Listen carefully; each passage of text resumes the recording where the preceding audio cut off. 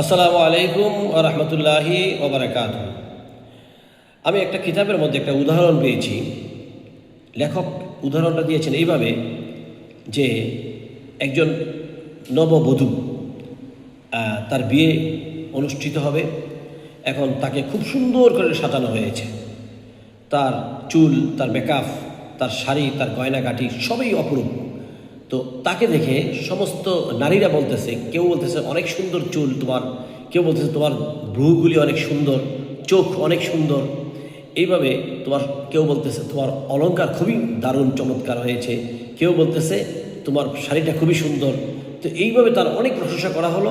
আরেকজন বলল যে এত প্রশংসা তোমার করা হচ্ছে, অথচ তোমার মুখে হাসি নাই কেন? কেন তুমি আনন্দ অনুভব করছো না? সবাই তো তোমার প্রশংসাই করতেছে।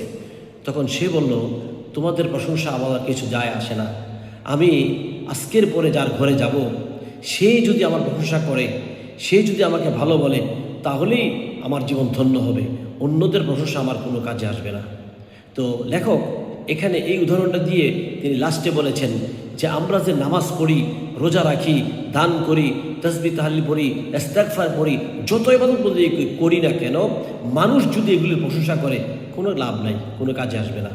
এগুলি আমার ইবাদতের প্রশংসা কেউ করেছে শুনে যদি আমি আনন্দ অনুভব করি, তাহলে আমি সবচাইতে বড় বোকা।